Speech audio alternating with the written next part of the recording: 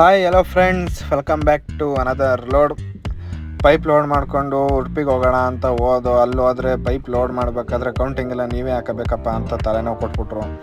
Counting ಎಲ್ಲ ಹಾಕೊಂಡು ಲೋಡೆಲ್ಲ ಮಾಡ್ಕೊಂಡು ಬಿಲ್ ಇಸ್ಕೊಂಡು ಸೀದಾ ಈ ಬೆಂಗಳೂರು ಸಿಟಿ ಟ್ರಾಫಿಕಲ್ಲಿ ಜಂಜಾಟ ಸಾಕು ಅನ್ಕೊಂಡು ಸೀದಾ ಅಲ್ಲಿಂದ ನಾನ್ ಸ್ಟಾಪ್ ಸಕಲೇಶ್ಪುರ ಬಂದರೆ ಬಡಿ ಮಗನ್ ಸಕಲೇಶ್ಪುರ ಘಾಟು ತಿರ್ಗಾ ಜಾಮಗುರು ನೋಡಿದಷ್ಟು ನೋಡಾಯಿತು. ನನಗೂ ಸಾಕಾಯಿತು. ತಿರ್ಗಾ ಗಾಡಿ ತೆಗೆದು ಸೀದಾ ಸೈಡಿಗೆ ನಿಲ್ಲಿಸಿದ್ದೆ.